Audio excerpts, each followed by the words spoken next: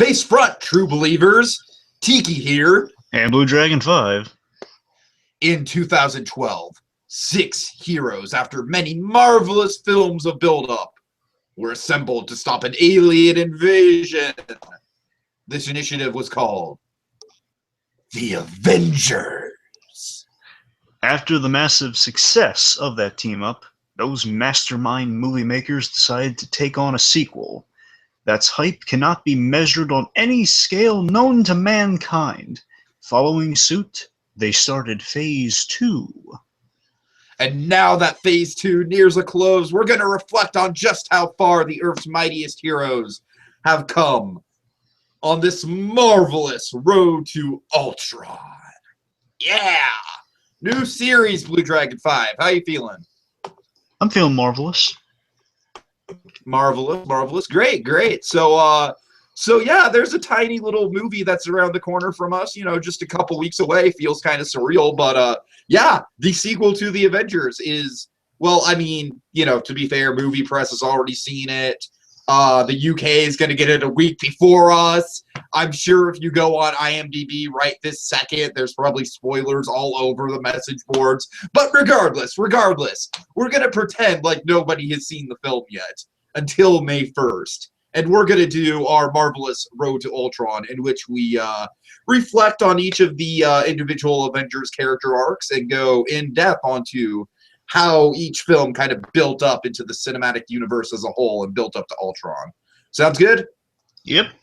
All right, so why don't we introduce our, you want to introduce the subject for today? Sure. Well, folks, if we're going to talk about the Marvel Cinematic Universe, we got to talk about the hero that, first of all, kicked off the 2008 summer movie season, which is a huge summer movie season for superhero films. But more importantly, the hero that kind of gave birth, because of the success of this one guy, this guy you would never in a million years in the string of 90s films, we never would have expected like a good movie. We would have expected Steel with a name like this on this guy. But well, no, for a long time, Iron Man was actually going to be starring Tom Cruise, and he wasn't even going to have a suit. Yeah. That's what we were going to get for a while. That was the deal. Yes, for a while. But without further ado, it is the man, the myth, the legend. He is Tony Stark. But let's face it, what's he really called? He is Iron Man. I am Iron Man. The baby boomer of the Marvel Cinematic Universe. Indeed. And, of course, there's no other way to start than with covering Iron Man because, it is the first movie after all, so it just makes sense. Iron Man is actually the one character that we're going to split into 2 parts because we figured he does have like a main role in the Avengers, so there's a lot to talk about there. And also, he's the only one of the characters with a full trilogy, so there's a second movie, or there's a third movie after Phase 1. So for today, we're just going to talk about the originals, Iron Man 2008, and then Iron Man 2 from 2009. So you want to jump right into it, Blue Dragon? 10, really? Yeah, 10. They took a year off. Oh, they took a year off? Really? Well, I shouldn't say off. They're working on it, but, it was a year. Oh, that's surprising, just considering, like, I'm so used to, like, 2 Marvel movies coming out a year. Wow, okay, fair enough. Wow. All right, so where do we start? Okay, well, folks, we're going to take you through kind of Tony Stark's arc. Not his arc reactor, but we'll cover that. We're going to take you through the arc of Tony Stark, and we got to start that at the beginning of Iron Man. So let's see, we see... we start off with Tony Stark. We see him like all fun times, happy. He's just kind of a carefree billionaire playboy, philanthropist. Just really narcissistic to a T. He's going around having good times in Vegas. His buddy. Well, no, that's not where we start. Well, I mean, we're not going where we start, sir. We're going through the arc. Oh, okay, fair enough. Don't get me wrong, it starts awesomely, but let's not. Oh yeah, I just want to say, just before we get into it, that is such a ballsy way to open up the entire Marvel Cinematic Universe, is like with a convoy in Afghanistan being bombed. Like that took risk. It's so funny. Like the way that starts is we have like it's kind of a similar thing I'm building towards here. Like we have like Tony Stark kind of as the carefree kind of weapons dealing guy. He's in a truck with soldiers. We see he's a nice enough guy. We like this guy. He's pretty funny. And just like right off the bat, before we can even like finish our little no gang signs bit. Boom, no, I'm just kidding. Throw it up. Peace. I love peace. That piece. Boom, soldiers war zone becomes Iron Man. Wow, violence. Just to sweeps the rug out from under you. Man, I really was. I was pretty floored by that. That is the moment where you see kind of the shrapnel hit him. That's the moment it signals, oh man, now this is a truly Marvel movie. Yeah. Oh yeah. Oh yeah. That's to me. That's the birth of the Marvel Universe when the origin just fully kind of just starts right there.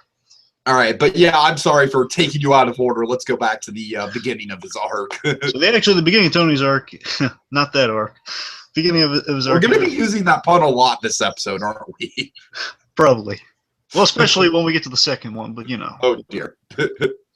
So the point is, Tony Stark, we see him as kind of a carefree billionaire. He's tearing it up in Vegas, misses his own award show. So he's a huge narcissist, as we see. He's a bigger narcissist in the sequel. Indeed, indeed. Big thing with Tony's character here is he doesn't take anything serious. So he's a nice enough guy, as we saw with the soldiers in the truck. But you know, he's it's like you get a sense he's not really as active in the role of his company. More so, he's kind of the mascot of the company. You're getting a sense of, you know, he's just the guy who goes around. He's the big salesman. He goes around. He sells you the weapons because he's such a fast talking, funny guy. Well, I do like that opening kind of like newsreel clip of, you know, the rise of Tony Stark and, you know, how Obadiah Stane fit into all of it and everything like that. That gave us a lot of info right off the bat. The only time we see facial hairless Tony, by the way. That's a good point. Yeah, yeah. Because remember, he didn't know you used to just have a mustache like Howard Stark in the 40s. That's how he used to look in the comics when he was first created. It's like Brad Jones without facial hair. It's just unnatural. Anyway, so you know, Tony Stark, you know, he gets we see him. He's still like a character. He's playboy to a T because you know he's Christine Everhart. They get first after she kind of ask him like the hard questions. Would you see him like he just easily deflects them because he's prepared for this. He's just so smart a guy. He knows like all the questions reporters would ask him. You know, like you rehearse these responses. Like, you know, they call you the Da Vinci of our time. It's ridiculous. I don't paint. What about the Merchant of Death? That's actually not that bad. I like how it's like in her own mind, she's like thinking like, oh, I'm going to start off with a softball, you know, like, oh, how do you feel about this? But then I'm going to really hit him with Merchant of Death. Like, you know, you can tell she's like trying to put her reporter hat on. And I like how you get a sense just in that scene where it's like Tony Stark, he then kind of he grills him about the weapons and stuff, like how you are kind of a guy, a weapons of mass destruction type manufacturing guy, and just he kind of drops the act from him and says, okay, look, my old man had a saying, you know, whoever carries the biggest stick. You know, you're the guy. That's easy coming from the guys who make the sticks. And again, he kind of drops it for a moment. They're saying like, look, I know what we do, and we do good though. We have all this stuff with Intellicrops. We make weapons on the side, yes, and it's a huge part of industry. We made our money. We also do good stuff on the side too. So Tony is a guy who, he is all like, you know, all Jack, like what's the old saying? All work and no play makes Jack a dull boy. Just worked with him with Tony Stark. You know, it's like he's all play, but at the heart of it, he is like he has built things up, and he just doesn't want to focus on kind of the negativity of things. Exactly. And you know, he does truly care because we do see like he does build these things. Because if you're an inventor, you build things, you're going to have some care about it. But however, the big arc in this movie is that at first he doesn't really care about anything he builds. He builds it because he can. Later on, he kind of learns he can do stuff with the things he builds and like what that kind of means for him. He becomes a little more nostalgic as the film progresses. Well, I mean, it's almost like when the movie starts, it's almost like he's literally like playing with his quote unquote toys. You know what I mean? Yeah.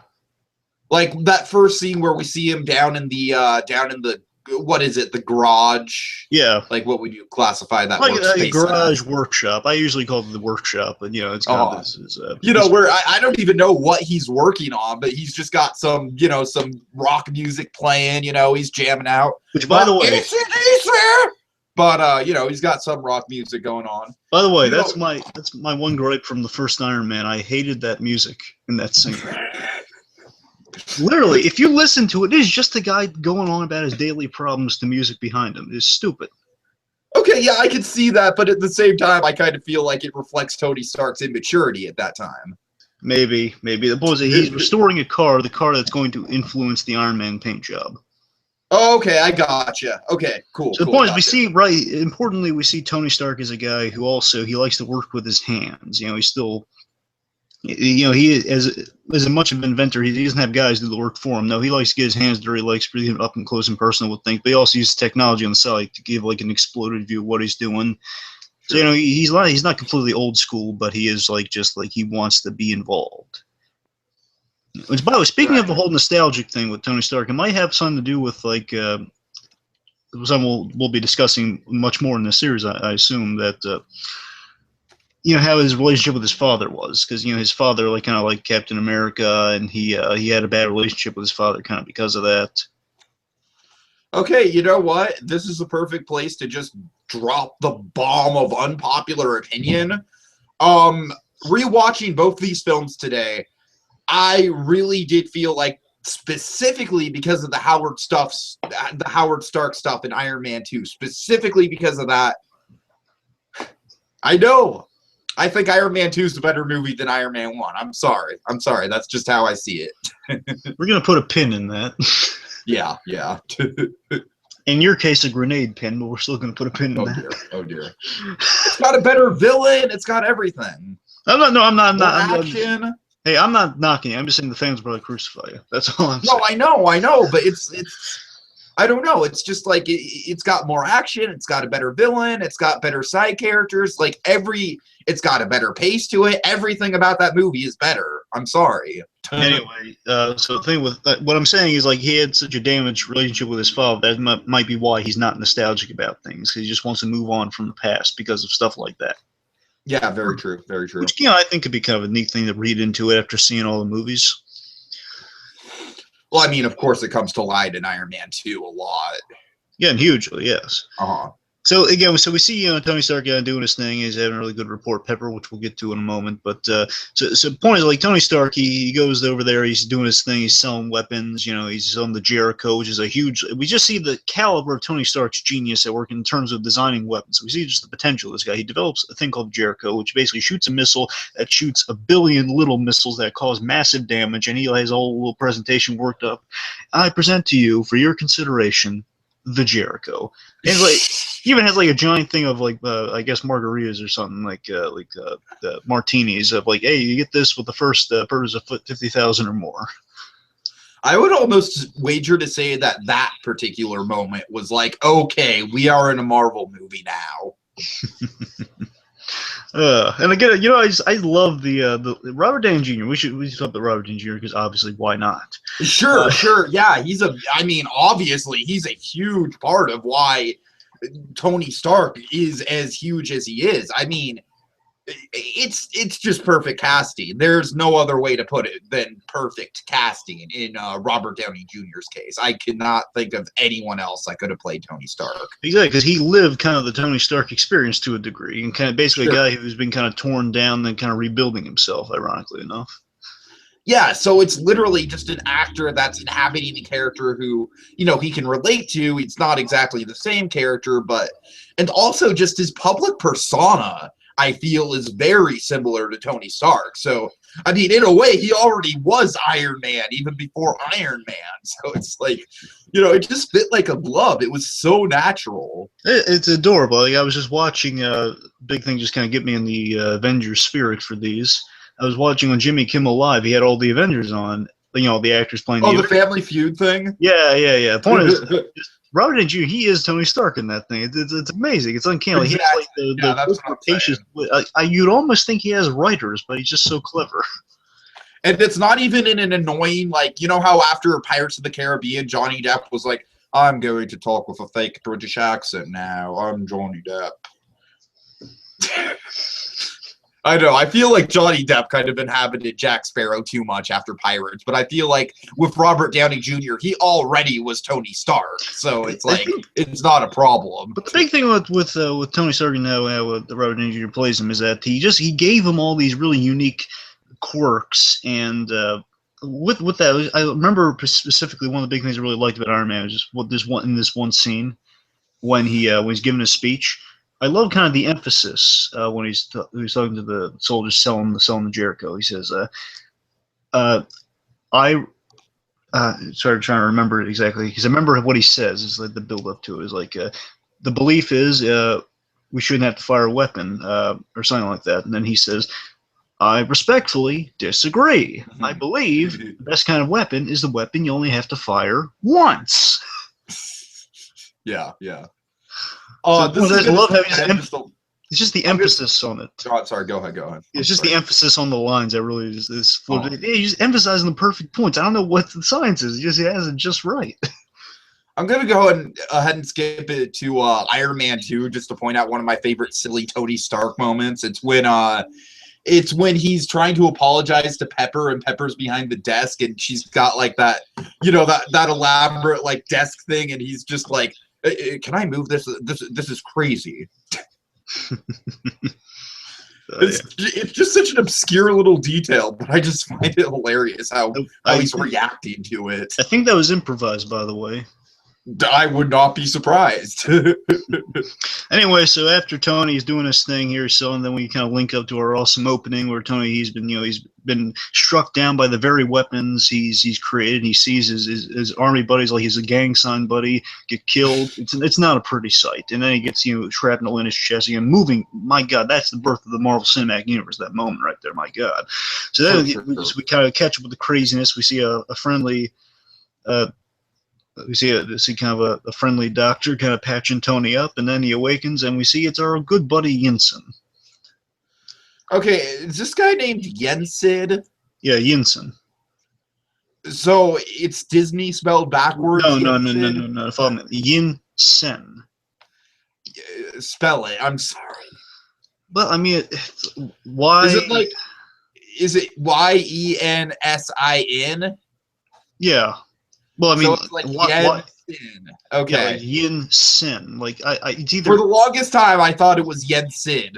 No, there's no. I was D. like, oh wow, that's weird. They named it after the sorcerer from Fantasia. His full name's like Ho Yinsen. Oh, okay. But the point is we meet Yinsen. I thought Yinsen was a really big part of why I really liked Iron Man 1 because I love just the dynamic he had, how Yinsen. Yeah, but changed. I'm still gonna call it like I see it. He's an Uncle Ben. Well, I mean, yeah, but he was a good Uncle Ben, though. He was a good Uncle Ben. No, the thing, I thought Yinsen never gets the credit he really deserves, I think. Because Yinsen in this movie, because he's kind of the reason, another big reason we have all these great movies, because he had such an impactful little thing here with Tony Stark in this cave.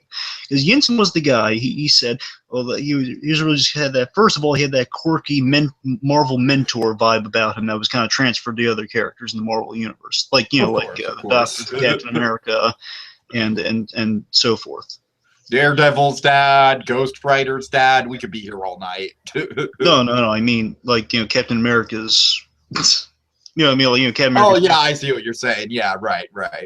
So the point, Yinsen's the guy who's just this kind of friendly guy in these horrible situations, like making coffee or something. Like, I wouldn't do that. Or like he's shaving. He says, I wouldn't do that if I were you. He's like still attached to the car battery.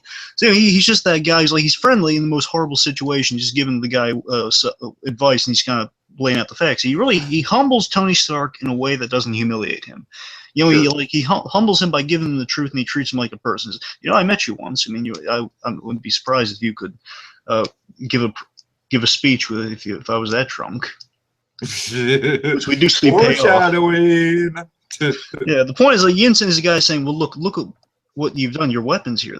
Just take a look at what all these weapons are labeled with. Stark Industries. Whether you intend this or not, it's happening. You got to do something about this. Look, I'm going to help you escape. And he doesn't make like a deal with him that you're going to do this if I help you escape. No, he's just saying, I'm going to help you escape, and you should take this opportunity to change things. And that right there is really like the crux of Tony Stark's character arc throughout this movie. Yeah, exactly. I mean, like, he and Tony Stark, he builds kind of a genuine friendship. They're playing the backgammon, like, prison game and stuff. One side's light, the other's dark. Tell me, Walt, do you want to know a secret? I'm sorry. That's not the first time I've referenced that particular lost scene. So my point is, sorry. I'm sorry. So the thing with Oh yeah, remember like there's all basically Yinsen also had like kind of a code of honor too. Like remember he was like he defended Tony Stark by like hiding the armor against the really scary, intimidating Ten Rings guy. Mm. Remember like he was about to like get his mouth burned and Tony's just kind of stuck. Oh yeah, right. Yeah, that, again, that was pretty horrific to put in like the first half hour of the first Marvel movie. Again, Tony gets waterboarded. I mean, there's a lot of dark stuff in that. Right, it's crazy. And remember, just the creepiest, like the thing is, like kind of just to ease us into the Marvel universe, saying, "Yeah, we gotta go." So it's almost as if they've adopted now. They are kind of entwined with Disney. It's like the Disney keep in mind the time period this came out in too. Yeah, the only thing about it is like in the Disney philosophy, for every laugh there should be a tear. Because Marvel movies are funny, but they do have some dark stuff in them. And I would say that for the most part, I would definitely say that the Marvel movies stick to that formula. I mean, I'd say probably the best example of that where they just perfected that formula was Guardians of the Galaxy, but that's a different show. Well, certainly. But the point is, like the moment where like Tony's just pulling like the tubing out of his nose, and it's like, oh god, yeah. Oh, I will never forget that. That is like, ooh, that. Yeah, even today watching that, I can't. I just can't. My point is like I just like that Tony stuck up for him, like save the guy's bacon. Says no, I need my like he throughout this whole thing like Yinsen's been the guy saying, okay, listen, keep your head down, just do what I say. I'll translate for you, just don't screw anything up. And Yinsen's kind of in a position where he can't help himself here, and then Tony's just like.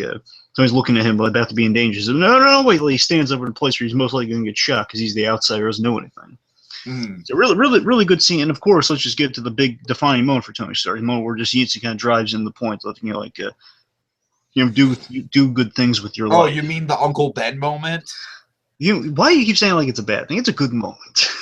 I say it like it's a bad thing because it is a cliche in the Marvel universe. I'm sorry. It is. But it was darn. Well, they earned it. They were the first ones to do it. No.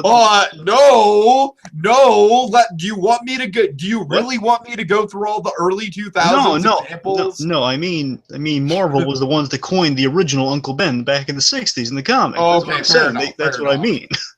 I thought you were saying that in Iron Man. That was the first time in film. I was like, no, I think just about every single shitty Marvel movie that came out in the mid-2000s. No, I mean, if one line of things is going to do with the Uncle Ben moment, I think Marvel deserves it. Yeah, Marvel's had some good ones, and they don't always have an Uncle Ben. So the point is, Yinsen. This point is that moment where Yinsen's like saying, he throughout the whole thing he's been saying he's going to see his family, and then he just he dies. And I think we've talked about this before. It's one of my favorite Marvel moments in terms of like like emotional Marvel moment before Guardians came out. It's really. It's really powerful, and then just like Tony realizes it's like that moment after he realizes Yinsen had this whole plan that he was going to help Tony no matter what, even though it was most likely going to end with him dying. And he just has this moment of like, well, thank you, Yinsen. Sure. There's that moment of thanks, and then like him saying, "Don't waste your life." It's like because Yinsen's the guy who gave him Tony Stark would have died on that table had Yinsen not been there. It's like saying, "I gave you life. I gave you new life with that arc reactor I helped you put in there." Exactly. Don't waste your life. I gave you a second chance. Don't waste it. Tony, with that second chance, does great, amazing things. He saves New York from an alien invasion because he did that. Oh god. Yeah, and then we have like the first big action scene of the movie, which is his breakout with like, correct me if I'm wrong, is this like pretty much the original Iron Man design? Well, I mean, obviously it's a little more pieced together than the original. The original was like it was just like in terms of comic art, it was like a solid suit. Like there weren't like any additional like sticking out pieces. Just AI. Like he stepped into like an iron lung, turned into a guy. But I mean, no. The point is, it is really faithful to like the face is there and everything. It's like it's a big clunky iron suit with like antenna and stuff. So I mean, it is pretty much off the page. It's more like it's in live action, pretty much. So that's one of the things that I'm honestly kind of mixed on with this movie is that it just takes like I understand why this is here and that's fine, but I think it takes too long after that for us to get the classic suit in action.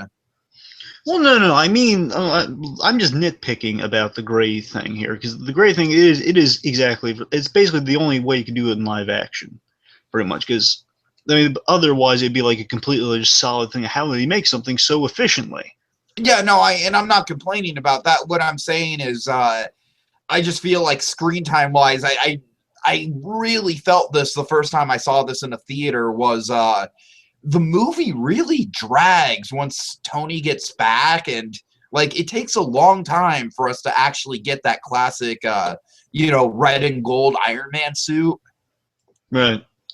And I don't know, I do think that's a little bit of a flaw in terms of like just the pace. Well, I don't know. I like seeing him like building the let's talk about the armors for a moment. Here's the progression of the armors.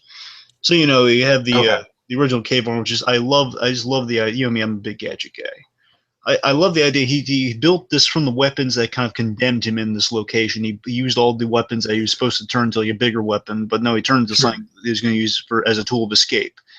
Kind of like the ultimate prison escape, like a Shawshank Redemption Marvel style. Oh god, that's pretty elaborate. Yeah, even had like the flamethrowers and everything, like just from the original comics. I mean, he did. It's faithful. Forget what. Does he have a poster of a sexy woman? Is that involved somehow? Well, I mean, Black Widow was. I don't know if Black Widow was in there as a cameo or not. Oh dear. Point is. Yeah, it's really kind of a neat progression, just seeing like the armor start as like that. There's no electronics in it. It's like completely, it's just powered by an arc reactor. That's it. It has the power like to move the thing. Otherwise, no computers, no nothing. And it can rocket out of there. Sure. And of course, unfortunately, I love how it's not just swept under the rug. Well, he can't bring the armor with him, otherwise he'd be dying in the desert. But no, the bad guys find that and they turn into another armor. So all of that does have that plot relevance too. So they said the armor is left there, and there are consequences for that. Tony, you got to bring that armor with you. Okay. Whereas Mark II is just it's getting us closer to the suit, which I love the little homage because I'm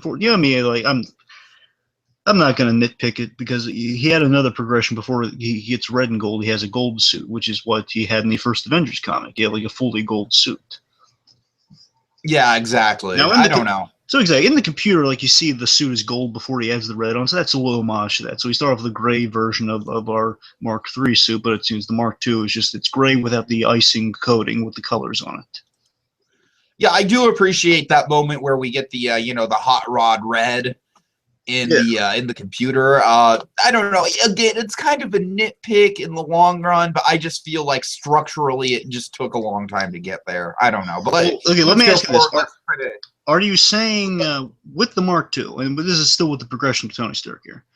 Yeah. With the Mark II, we see Tony getting to do what he does best, and that is build and kind of experiment and kind of have the quirky, like Tony Stark getting to see him build and like have his screw ups along the way, but ultimately be successful. Like as the dummies alongside helping him out, the dummy robots, which are adorable.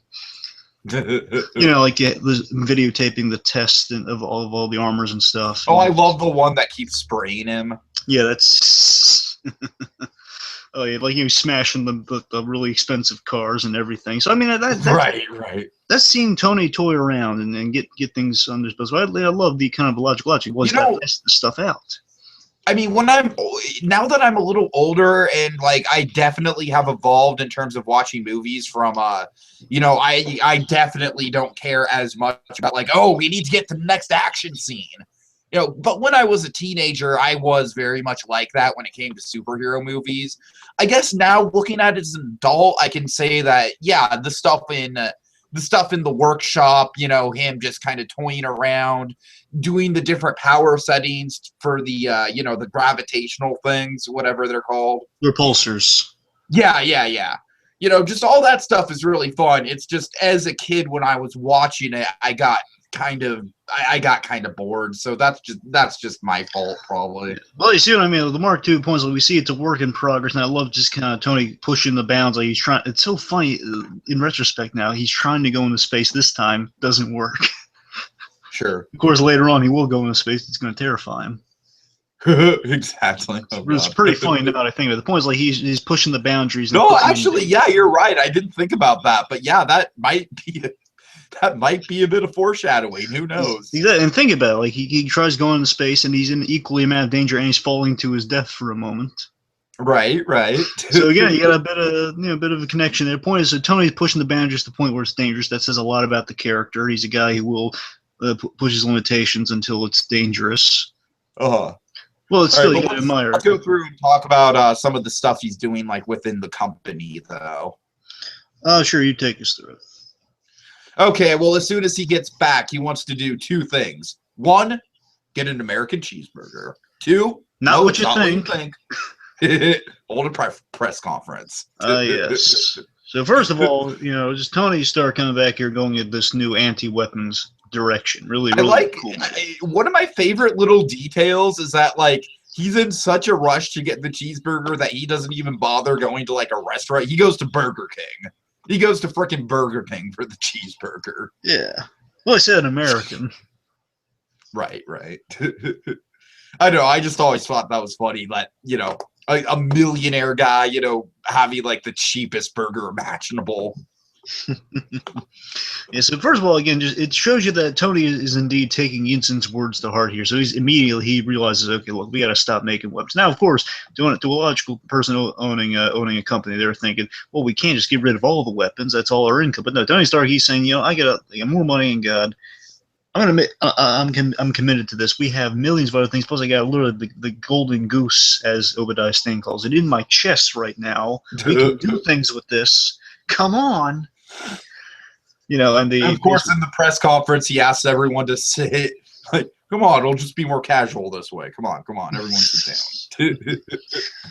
Yeah, and again, I love that we get a bit of seriousness with Tony Stark before he gets back into his press conference mode. He just says, I watched young Americans die. I became part of a system that had zero accountability. So again, that's really cool stuff that Tony Stark's realizing. Yeah, I was unaccountable. My weapons fell into the hands of people who they shouldn't have fallen into the hands of. His weapons basically fell into the hands of the people that he used the weapons to destroy in the first place. And it's Tony realizing, like, no, weapons, period, it's a bad thing. We gotta have something that's more defensive than a weapon. Yeah, so at this point, this is definitely like the big moral struggle that Tony's going to go throughout the story. And think about finding out about. Symbolically, an iron suit is about protection, about defense. You're defending yourself from things coming in to wound you. And a big thing, Iron Man, just the character in general, we do see it well translated in the movie because the big thing Stan Lee always said was women would always write in to Marvel like fan letters because they loved women really dug Iron Man because he was so vulnerable. It's the old like nurse caring for the patient sort of thing. They wanted to take care of Tony Stark, and that's the thing here. Tony Stark is a vulnerable guy. We see it right from the get-go of the movie. Vulnerable guy we root for. Sure. And this whole thing, builds an iron suit around the world. And we see in Ultron, that's a big thing he's trying to do, build an iron suit or build a suit of armor around the world. Yeah, again, very much foreshadowing. And I do think that I would like to think that when they were writing this movie, they in the back of their mind, they were like, maybe one day we'll do Ultron. Because Ultron is a pretty big part of the Tony Stark character arc in the comics, if I'm not mistaken, right? Well, I mean, it's more Ant-Man than Tony Stark. Yeah, that's true. I forget about that. It is more Ant-Man, right? Look, optimistically, I'd like to say that, but I don't think so. I'm just going to say it's a happy fate, happy accident. All right, fair enough. Right. Okay, so let's see. So what's next? After that awesome press conference, Tony makes a big decision. Obadiah Stane's obviously kind of grilling for it, and he's saying, like, we just built this arc reactor to shut the hippies up. What are you doing? Oh, dear. What are you doing? What was that? But seriously, Obadiah Stane's well played by Jeff Bridges in that movie, by the way. Tony, do you need to borrow my black socks? I mean, come on. So let's see. So after Tony makes his big announcement, of course, Obadiah Stane doesn't have any of that. So off to the side, unbeknownst to Tony, he's still dealing the weapons out there, and he's selling Jerichos, and it's not good. That leads Tony. He's shifty for sure. And after kind of some really good scenes, like Tony kind of he's getting back out in the world after he's been toying with this stuff, and he realized, while I'm toying away here, I'm still building here to a noble cause.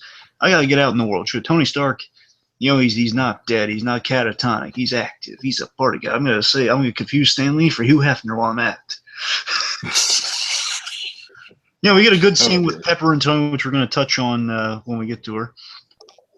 But we have Tony being approached by Christian Everhart, learning that his weapons are still falling in the hands of terrorists, and he's got to track them down. This is a classic Iron Man thing, by the way. Of Iron Man, he just finds out essentially in this story called Armor Wars, which obviously has a big impact on Iron Man 2. Essentially, it's an adaptation of Iron Man 2 adapts the Armor Wars story to a large degree. And the idea is Tony Stark goes a little nutty when he basically realizes, people are still, now they're getting my armor weapons, and I can't have any of that. He goes kind of bananas trying to shut everyone down who has any of his armor. Gotcha. So we kind of get this. So Tony Stark is really passionate about, well, now I have a tool that can stop this from happening. I'm going to do it. And of course, Tony doing things in excess, and of course, because he's a product of addiction and stuff. He has alcoholism in his blood.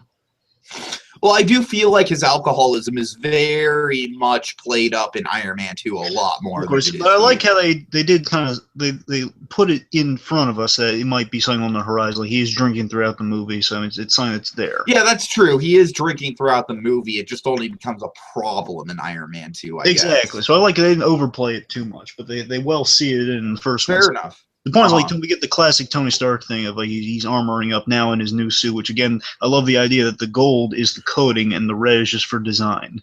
Yeah.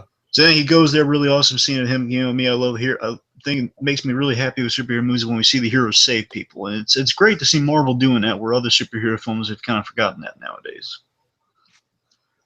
Well, yeah, I mean, look at frickin' Man of Steel. He saved people in Man of Steel. You set me up for that. Well, I mean, like Green Lantern. You walked right into the me criticizing Man of Steel trap right there. I'm sorry. All those buildings, he leveled. He leveled the whole city. He saved people. Yeah, he saves one person. He saves like 3 people at the very end. Oh no! He saved. Metropolis has been leveled. He saved more than 3 people. Okay. All right. Let's not get into this again. Anyway, back to Marvel. So, we see Tony Stark. He's fooling terrorists, including the big terrorist that was like keeping him prisoner. Oh, which that guy's an homage to the guy in the comics. There's a big heavy guy in the comics. He was Vietnamese. Of course, they have to update it. So he's. Did you think, like, when you watched this movie for the first time, did you think that guy was going to be the main villain? Did I think he was going to be the main villain? Well, no, I thought the scary 10 Rings guy was going to be the villain. Scary 10 Rings. Yeah, the guy gets scarred and stuff. The thin guy, the Mark strong looking guy. Oh, okay, I know who you're talking about. Okay, yeah, got it. No, I just let me ask you this though. Going into it, like, of course, me is like not really a comic book reader besides Spider-Man. Going into it, for me, I had no idea who Obadiah Stane was, so the twist was a twist for me. But did you know that was going to happen going in? Well, I mean, I somewhat knew. Like when they released stuff, and it wasn't a spoiler exactly, because I mean, it is known fact that Obadiah Stane is Ironmonger in the comics. It's not a big guarded secret. Yeah, right. The consensus going into it, I mean, I kind of got a big vibe that he was going to be, I thought he was just going to be one of those corporate bad guys, and I thought the 10 Rings might lead to the Mandarin, or like agents of the Mandarin in the movie. I almost think that it would have worked better if he was that. What? If he was just a corporate bad guy that stopped. Yeah, I was thinking like Batman Begins, Mr. Earl type thing with Obadiah Stane. That's all I was really expecting from it. First, like he was dealing weapons on the table. Maybe the Mandarin organization was going to be after, causing a lot of problems. But then I remember the iron. I saw the Ironmonger outfit, but I forgot like Obadiah Stane was the guy in the armor. That's I didn't expect the terrorist guys to be in it. But then again, the gift of Iron Soldiers made me think, oh wait, they might be putting like someone in the old armor for a bit, and then someone updates it with the Ironmonger. I don't know. Because as far as I'm concerned, or as far as I know, the point in the film where Obadiah Stane actually gets into the suit and starts rampaging around and kind of loses his character, that is like the weak point of the movie for a lot of people. Yeah, I hear that, but I think we can excuse him on kind of a weak third act because it was the first one out of the Marvel ones. They were getting their footing. It was, and I definitely feel like Iron Man 2's last act was a lot better. You know what's funny is the reason I'm really just nostalgic for that ending, or I mean not nostalgic, but the reason I'm really lenient on it. It's because when I had such a great experience seeing Iron Man for the first time. I saw it while I was on vacation in Florida, in the Universal City Walk. They had a really nice little movie theater in there. I Oh, saw it there. nice. Okay. And Okay. you know what's funny? Just I get such a vibe. Probably it's because I was in the park, but I don't know. It's still, even just watching it at home, I still get the same vibe that when Obadiah Stane when Ironmonger is chasing after Pepper Potts, the way it's framed, it looks exactly like one of those like like you know this terminology much better than I. Like the kind of like the 3D motion simulator rides of like like you're running away from something. Right. Yeah. Simulator. You got it right. It feels Yeah. exactly like that. Just Obadiah Stane chasing her as we're following her as she's running out of the room. I could see that. I could definitely see that. No, it's a point. It feels like just like a fun kind of the summary action ending to me, and it's like cool. And we're still rooting for Tony Stark, so that's why it never really bothers me the ending. And by the same token, I've told you this before, but I watched Guardians of the Galaxy with my dad when we were on a trip to Magic Mountain, and that really colored my whole view of that movie. Like, it is kind of impossible for me to look at that movie and not think of that trip. And by the same token, Captain America 2, I think, is a good movie. I think it's a great action film. I just don't have that sort of nostalgic connection to it that I did with Guardians. Hence, going back to like Captain America 2 not being on my best films of 2014 list, but Guardians being there. Anyway, the thing with however, I will admit that it is still a big buy that Obadiah Stane, like he jumps in that suit, he knows how to work it. I just kind of wish they threw in a line of like he was testing like test pilot stuff or whatnot. It used to be a test pilot or something. I don't know. Right. I'm just saying it's still kind of a buy. He knows how to work the suit so well at the end. I wish he was like a little more clunky with it if that were the case. That would be actually kind of cool to see, like someone who's in the Iron Man getup but not really knowing how to use it. Yeah, exactly. What if he was just clunk? Like the compensation was that he didn't really know how to use it that well. He could do the basically walking forward and stuff, but he'd be fumbling with some levers, and the levers would, with all the weaponry and like the heft of the thing, would kind of compensate for him not knowing how to use it. Basically, be a destruction all over Iron Man has to deal with while he's fighting them. Anyway, the point is, let's see with Tony here. So he foils the bad guy. Yay! Before that though, we have a really great, the biggest kind of one of the biggest emotional scenes in movies when Tony Stark he's completely vulnerable, more so when we see him, because that's again the big thing, Iron Man vulnerability, because he has shrapnel trying to get at his heart the whole. Exactly. If there was one word that might be able to sum up Tony Stark's entire character, it would be probably vulnerability. So anyway, there's that great scene where Obadiah Stane just showing how kind of cool a villain he can be. There's that thing where he literally rips his heart out, so to speak. So to speak, rips the heart out and basically leaves Tony there dying, and that's such a terrifying. Gives a whole big speech about what is it, like temporary paralyzation. Oh yeah, it's funny. They never the shame the government contractors or something didn't think about the applications of temporary paralysis. Which, by the way, I gotta say, that was definitely easily the best moment for Obadiah Stane as a villain, for sure. And he used it before too, so they well set it up. It was just such a surprise when Tony's like calling Rhodey or somebody, and then like, no one really thinks of the applications for temporary paralysis, do they, Tony? And also, I love how in Agents of S.H.I.E.L.D., I think I'm convinced they used it in that too. Oh, okay. Nice. Basically, someone answers a phone and they get killed on the phone, and it's in a very similar manner, so I'm assuming it's the same device. We don't see it, but I'm just assuming it blindly. So the point is, there was really a terrifying scene just seeing Tony Stark in such a vulnerable state that he can't move, and then he has his heart taken from him, and basically we know that he doesn't have a lot of time. Like, I assume within the hour he would have been completely dead. Yeah. Like within half hour, like 40 minutes to an hour, he would have been dead. But probably even less. Again, he's had shrapnel going. I'm saying he would have caused damage on the way. He would have been dead by that time. It would have been extremely painful.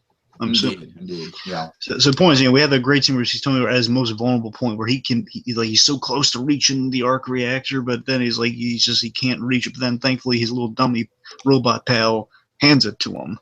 It just shows you technology has saved Tony's life in a really friendly, nice way.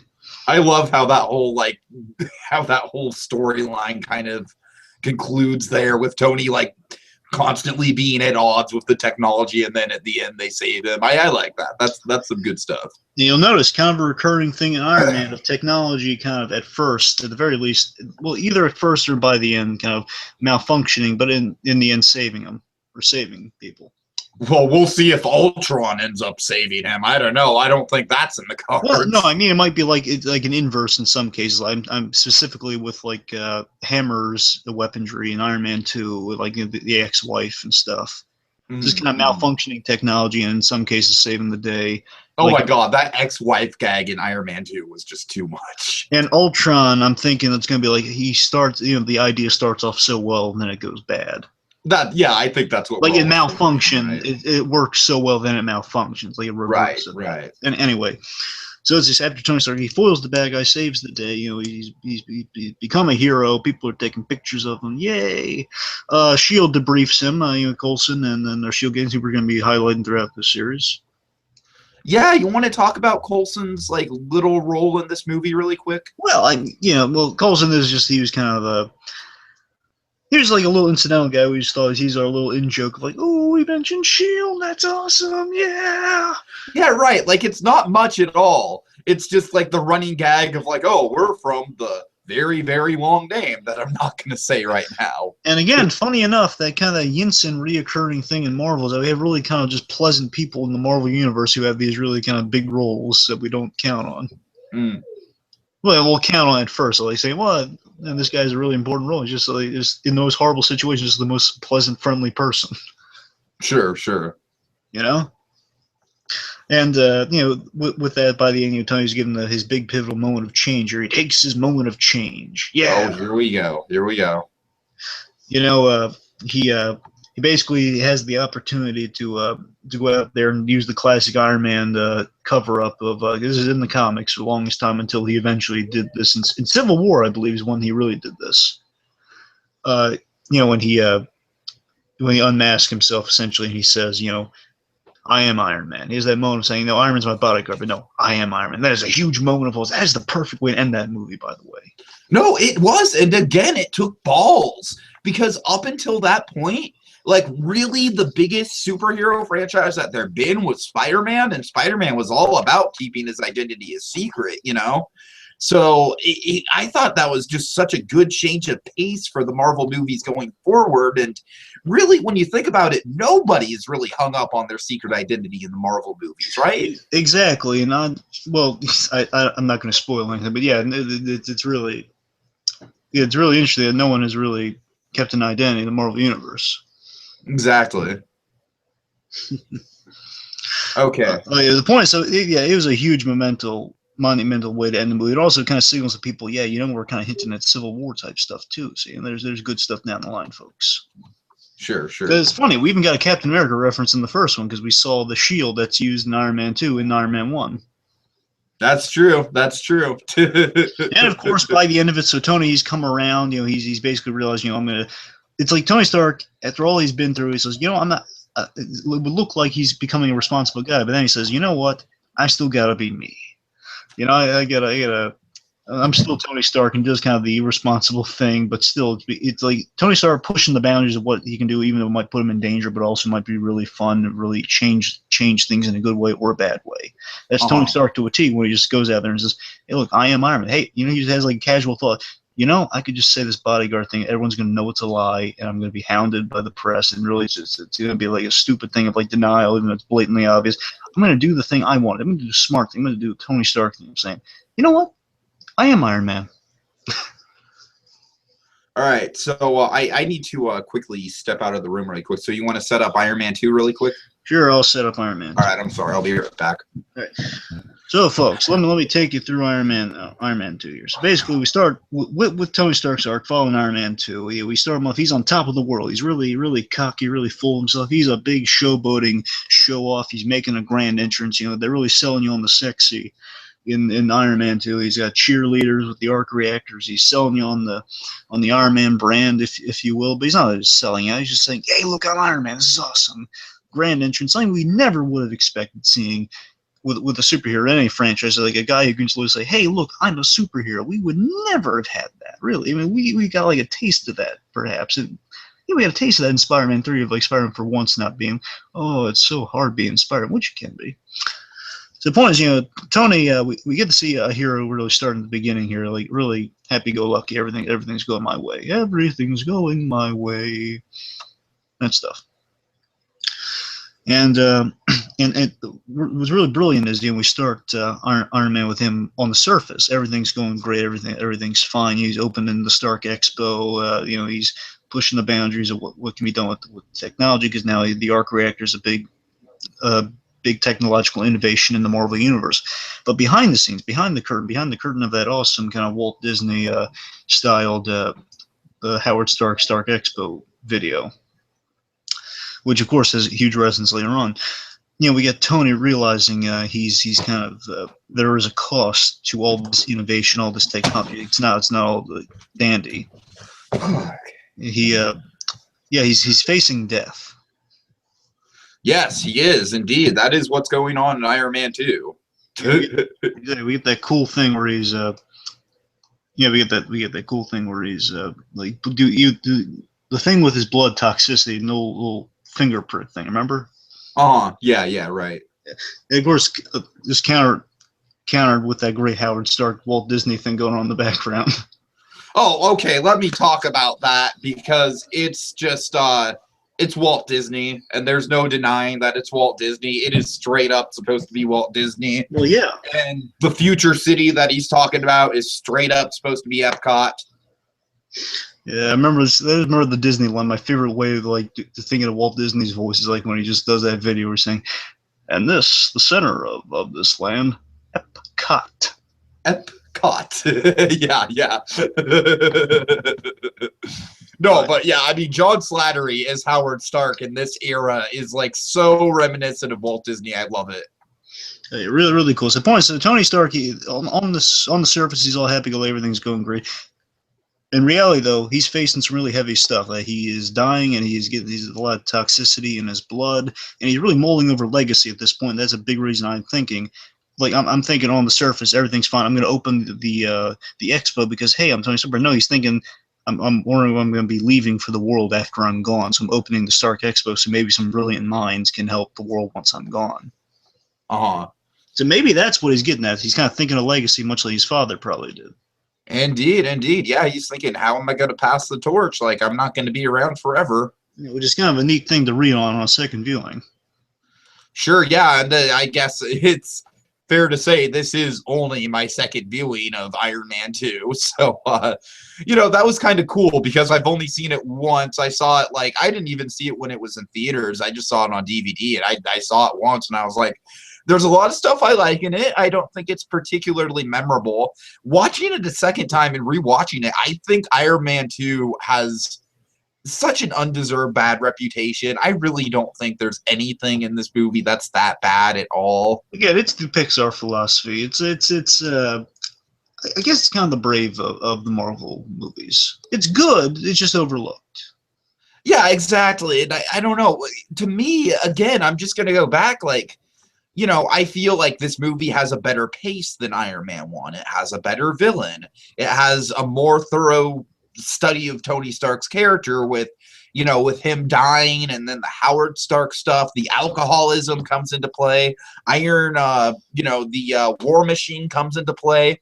It's a really good sequel when it comes to just giving us more, expanding the universe, expanding the story, and I really don't. I think it's a shame that it's gotten the reputation that it's got. Well, the issue with Iron Man 2, really, I believe I'm a big defender of Iron Man 2 also. Okay. But to be completely fair, and just I think I've earned a little bit of this. I think just in terms of some of the things they push when they're some of their new ideas, they don't hold a candle to some of the stuff that was introduced in the first one. There's some of the ideas. Particularly, it's some things they try to rehash in the first movie they don't play out as well. The big things like the banter between Tony and Pepper. It's not as good as it was in the first movie. And Pepper overall in Iron Man 2, she had problems with her in Iron Man 2. I wasn't really. I don't know. I wasn't paying too close of attention to her, but Iron Man 2 is the one where she becomes CEO, right? Yeah. So I guess it kind of makes sense for the character, though, in terms of she's going through a lot of stress, so. Yeah. I don't know. It's she's an element. I like Hammer. I think Dude, come on. We both love Hammer. Of course, and we love Mjolnir. No, we love Mjolnir.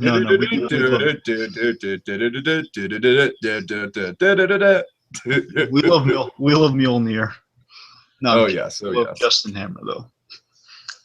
My point is like the stuff with the Hammer stuff. It's like you get a sense like they just had Sam Rockwell. He was really great at improvising. Kind of like remember he was up for the audition for Iron Man too. And he almost got it before Downey Jr. walked in. Sam Rockwell is like one of, if not the most criminally underrated actor working today, I feel. Of course, I loved him in Galaxy Quest. Yeah, I mean, I just think he does, like, I think every role he touches, he makes his own. He gives it a unique flavor. I think he's a fantastic actor. He is, but I mean, like some of the bits are just like it's like he's. The thing is, it's kind of intentional though. The idea he's trying to be Tony Stark even though he's not, which is really funny. Well, no, I like the idea of like this guy is like so fake that he's trying to hold on to this notion that in public, Tony and him are like kind of bros. Yeah, I mean, that's great. I'm just saying, like some of the scenes, like when he's just bantering, I think like, they just watch them improv and they just kind of let it go on a little too long. And like there's some bits in there I just wish they'd take out. I can see that. Yeah, in a couple places I can see where you're. I'll tell you my biggest mini gripe in Iron Man 2. Okay. Biggest mini gripe is I hate this. It's like. You mean the bird thing really bugs me. Okay, so it's not I like the birds in the first place. I like the bird. Okay, I make it as a bird, I was making work. That's a cool idea. He has a little pet bird and he likes him. That's fine. However, make a simple demand. This is kind of my Nick Ford rant for Iron Man 2. Oh dear. Simple. Here we go, Marvel. You pissed off BlueDragonFive now. It's simple. Okay, just simple logic. Okay, so he gets Vanko there. He's whining and dying him. He's treating him nicely. Okay, all's going well. He's giving him pleasantries, everything. And Vanko has a simple request. He just says, "I want my board." And they ask, "Okay, wait, is this a bird in Russia?" Okay, so he literally says, "I want my board, my board." Okay, simple request. He gets him a bird, apparently not from Russia. So you mean to tell me, Justin Hammer, a man who literally has like airplanes in his little dining room, his air hangar dining room, he can't send a guy to fly all the way to Russia, go to the guy's apartment, get his bird. You can't do that. He's going to just buy a bird and say, "Oh yeah, it's the same bird." You mean to tell me you can't do something that simple? That's why Hammer's not Tony Stark, because he can't do the simple things. Well, to the defense of the scene, I think that's kind of like what we're going for with Hammer's whole character, is that he's kind of incompetent. Yeah, it's probably. I mean, the whole ex-wife thing. You got a point there. It's legit. Like, it's such a simple. Yeah, exactly. But then they keep going with it. That's the problem. It's like then he likes the bird, and like, and apparently there was the lead scene where he killed the bird. So why do we need the? Wait, where Hammer killed the bird? No. Where I think Vanko, because he's crazy, he killed the bird. Yeah, it's weird, but the point is, I just wish they used the simple thing of okay, that's his bird, so there's no issues with the bird. But then again, I guess the idea is Bang's just messing with him because, Yeah. Anyway, so back with Tony. So with Tony, he's facing death, big thing, mulling over some big stuff like over legacies and stuff. We cover that. So we see the government's kind of worried that Tony Stark, and we find out it's not just the government, it's Hydra. But the government is worried that he's not responsible, and because he's kind of upgraded the arms race, we're in serious danger here. You're the only guy with this. You're trying to copy your golden goose there. Right. And of course, the result of that, a really interesting idea, kind of a Batman-ish idea for Iron Man, is that he's creating his own villains here, which we see in the form of obviously Justin Hammer, but more importantly with Ivan Vanko. Oh yeah. And of course, he's also a legacy bad guy because Anton Vanko was his father, and we saw Anton Vanko in Agent Carter. Did we? I completely forgot about that. What episode did we? Episode 2. Oh my god! I really need to go back and rewatch that. Wow, the Russian scientist right over my head. The Russian scientist who was a confidant of Howard Stark's. Yeah. Okay, I think I got where you're getting at. Okay. Anyway, sorry. They take the little I keep calling it a perfume bottle. It's the I'm usually good with the gadgets. Like the thing that the nitro. Oh, it's nitramine. The nitramine. Remember the bombs that it's like you could blow up a whole block. Right, right. Takes the nitramine to him. And anyway, point is, so we see the government's pretty much there. They have a legitimate concern. Says we're going to leave this firepower, like kind of the big power source here, in the hands of this guy who is Tony Stark. He has a reputation. We're going to leave it in the hands of this guy. We're the government. We deserve to have this. Which Tony Stark makes some grand points like, no, you guys leave my weapons just in the hands of the military and everything. They still got it in the wrong hands. I'm going to keep this to me, literally close to my chest. You can't have this. Indeed. Which again, another kind of gripe is like, you can't, Hydra agent or not, that's Senator. You can't just curse on Capitol Hill in front of the cameras like that. Yeah, well, it's Tony Stark. You know, he does what he wants. No, I mean the Hydra agent is doing that. Like, you know, like Stearns is saying that. Oh, right. I see. Like, bleep you, Mr. Stark. Bleep you. Like, dude, you can't. You're the leader of. Oh yeah. Okay. No, I'm sorry. I know the moment. Yeah. No, I don't know. I laughed at that moment. I do think it's kind of quirky. So later on, so as Tony Stark's kind of going through a downward spiral, he's getting more risky, kind of knowing like, you know, these are kind of my last moments. I can't really figure out this whole palladium crisis with the armor. I'm going to live my life. I'm going to go out there. I'm going to race at Monaco. Even I'm going to come face to face with Vanko. Do you want to take us through a little bit of Vanko, Tony Stark here? Oh, Vanko, Tony Stark. Is this where they meet on the raceway? Yeah. Okay, yeah, sure. This was the big sort of money shot for the whole trailer. The whole ad campaign was Whiplash on the it's interesting that they never call him Whiplash. That's kind of a nice little side. But where Vanko's on the raceway and he's got his two like big electric whips and just plowing through cars. Tony comes up, he goes right into Tony's car with a whip. Really intense stuff. And then meanwhile we've got Pepper Potts and Happy Hogan, Tony's trusted what is he, bodyguard, I'm assuming? Yeah, bodyguard. Bodyguard, yeah, that's what I thought. And driver. Yeah, and driver. And they're rushing to the scene. They're rushing past all the cars that are being wiped out. And finally, they deliver Tony his suit. And yes, indeed, the first epic sort of action scene unfolds. Remind me again what exactly happens with Vanko here. Well, big thing is the thing I love most, and it really kind of bugged me that was in the trailers, but it was so awesome I kind of didn't care. I love, this is one of my favorite conceits in Iron Man. We finally got to see it in the movie. I love the suitcase armor. So yeah, right, great, good stuff. So, he puts the suitcase armor on, does some battle with them, and he rips out his Vanko's arc reactor because there's like the visual symbol of like someone else has the technology. Crush. Oh yeah, and that's like a big story point moving forward. People are not on Tony's side. Yeah, the big so basically the realization that now the enemy has my weapon, which Tony Stark's not thrilled with, and of course that kind of signals the rest of the world. As Vanko has in a really great scene following that, has his grand speech to Tony Stark saying, if you can make blood bleed, people cease to believe in him. Kind of El Dorado logic, which fits. It fits. It's good logic. I'm just saying, like, hey, make God bleed. Well, bad stuff happens. How can you kill a man with a god complex? Don't make me think about that yet. Oh, we'll be there. Okay. Anyway, my point is, the big complaint with the movie though is like after this point, Vanko's he's achieved his goal. He says he knows Tony Stark's dying, so I mean. I always justify like why he works with Hammer and everything afterwards is because he's won and he's thinking, well, while I'm at it, I got nothing better to do. I'm gonna ruin the Stark name while I'm at it. I'll embarrass Tony Stark before he dies because I got. Yeah, that's pretty much what I figured too. Indeed.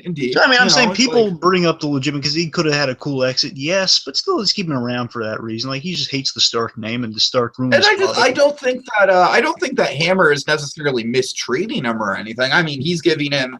He's putting on some demands, but by the same token, he's giving him access to all this technology and stuff. He's getting some perks. He's got his bird there.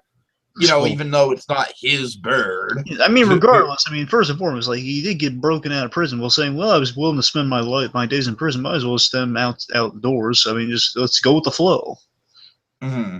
Right. Which again, that's the thing. I think people just kind of overthink it that Vanko has a plan. No, he doesn't have a plan. He's just I'm just going to screw with Tony Stark, screw people because I can. Yeah, because Exactly. I achieved my master plan. I'm just gonna rub it in. Oh yeah. Oh yeah. This clown hammer here. This basically to him is like a party clown or something. He This really is. He's ridiculous. like He's really ridiculous. this diet Tony Stark here wants to he wants to dance around. He wants to ruin Stark's name. Okay, he kind of makes me laugh. I'll do it. Me and Right. but also I'm gonna make drones. I'm gonna cause some havoc and just ruin Stark's name. Maybe kill this guy when I'm done with it. I don't know. Meanwhile, so Tony, as he's kind of coming to grips, we see kind of Tony reverting because he's closer to death after some reckless stuff's been happening. He's getting a little more reckless. Here's a big gripe I do have in the movie: Black Widow. Worst advice ever, Black Widow. What's her advice? Remember, her advice is like, if you were dying, like, well, not he doesn't say that, but like, if you were, these are your last days, what would you do with them? He says, I do everything with whoever I wanted. Basically, I do anything without consequence. That's what Black Widow says. Right. And I'm thinking, well, you're a S.H.I.E.L.D. agent, right? Make bad decisions with me. Exactly. She's pulling some Emma logic there. I'm thinking, Black Widow, you're supposed to be watching him. And he's dying, and we find this out later on. She knows he's dying. He's in bad shape. Why would you suggest that? Right. You know, I mean, you're literally saying, hey, destroy things, put people in danger. And apparently she's shocked by it later on. So, Widow, come on, man. Woman, come on. No, it always kind of bugs me, like the logic of that. Well, maybe you could say it's like so she can get Tony Stark alone inevitably, but still, he's causing a lot of damage and putting people in danger. I don't think that's how Widow would operate.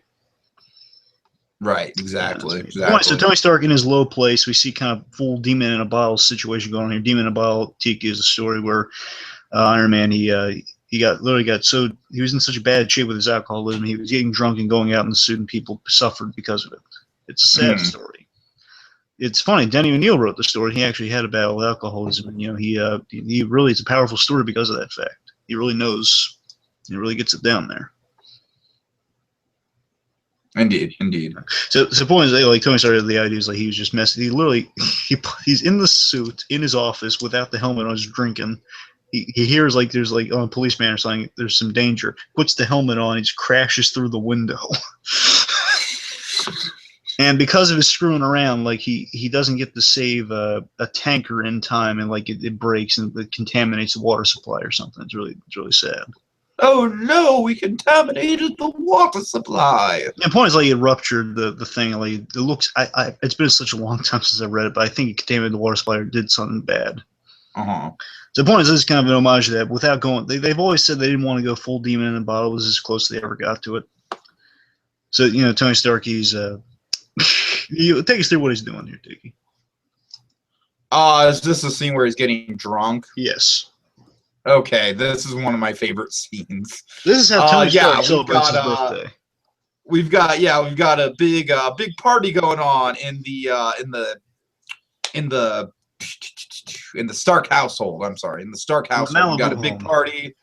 Tony's in his Iron Man suit, and at first things start innocently enough, although, it's a worry right off the bat because we know that he has his, we know that he's got a few down in him. We know that he's, a little bit inebriated, a little off the rails, just a little bit. And with that technology, it can't really be good, but it starts out, and Rhodey doesn't Rhodey go up and just kind of try and talk to him at first? Well, no, Pepper does that. Oh, okay, right, yeah, and he basically just writes Pepper off right off the bat. Yeah, so the point is, Tony Stark, his alcoholism it's gotten to levels which just purely responds. He's breaking things out, shooting bottles and everything. That's the moment that really sets Rhodey off, is when people start throwing things into the air and he starts shooting his beam and breaking them. Now you gotta like, oh, hell no. Now you gotta remember, the whole thing that Tony Stark, the big thing about Iron Man right now is it's all about public image at the moment. Rhodey's been busting his butt to kind of keep Iron Man R's within Tony's possession, because he's basically trying to keep the government passive here, because they're thinking, well, again, can we allow a guy like this, can we trust him to be responsible enough to do the right thing with these suits, so he doesn't, they don't fall into the wrong hands, or worse. So he just basically said, we have an actual line of defense that's not affiliated with our systems here. And then we read they read in the paper, oh yeah, drunken billionaire destroys Malibu home in iron suit. Wait a minute, we can't do, no, this is not happening. So basically, that's not good for business, and Rhodey's just really ticked off about that. He stops him. We'll save the rest of that fight for when we get to Rhodey. So after all, we just see kind of the end result, like Tony kind of alone in kind of his state of like he's just kind of sitting on the floor, his buddy firing off with his suit. He's just been kind of left there alone, the stew and his leavings there. So Tony's at a low point at this point, and then he's at a high point when he's in a donut, chowing down on some breakfast. Oh yeah, right in the donut. And then who comes up? Nick Fury. Sir, I'm going to have to ask you to get down from the donut. Are you even real right now? Like, which eye am I supposed to be talking into here? I am very real. Oh, God. I'm the realest person you're ever going to meet. So basically, let's just discuss like the whole like Shield's role in the movie. This Shield's role in Tony Stark at this point. So Tony Stark, remember at the end of the first movie, we had like the whole thing of like, I want to talk to you about an initiative. An Avengers initiative. Ba-da-da. Ooh. So that was the end of the first one. That was introducing Nick Fury in there, and of course Coulson is by proxy our Shield guys saying, "Hey, look at the people. Some powerful people want to talk to Tony Stark right now." So here we have them kind of following up on that. You told me about this little boy band of yours. You want me to join it, right? He's saying, "Well, I don't know if you can join it right now." After this, but so what do you think? Is it a little too forced, the whole Shield thing at this point in the movie?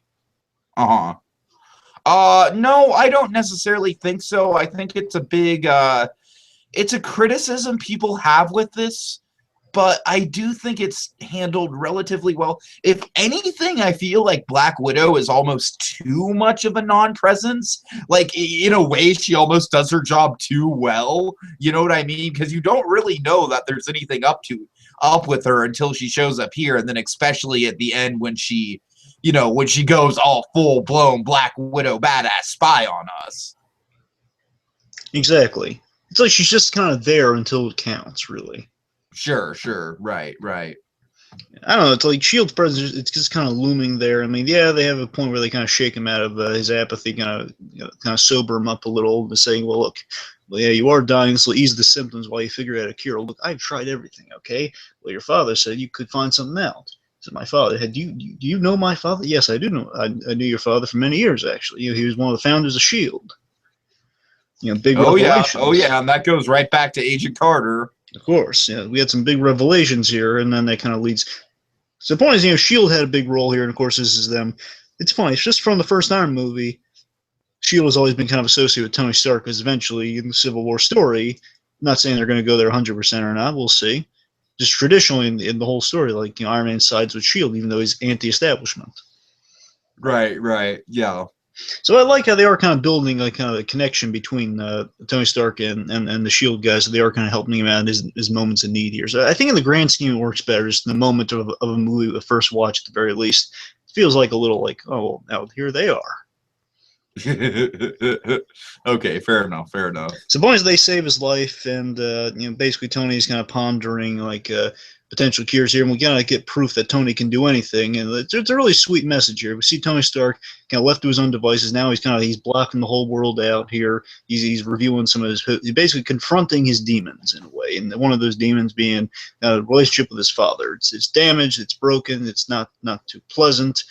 And we see kind of a bit of that in the movie. I love how these little glimpses of like Howard Stark. He's a bit of an alcohol. Well, he's definitely a bit of an alcoholic, and he has that kind of that facade Tony has, and he's really distant from the kid. Like Maria, get Tony out of here.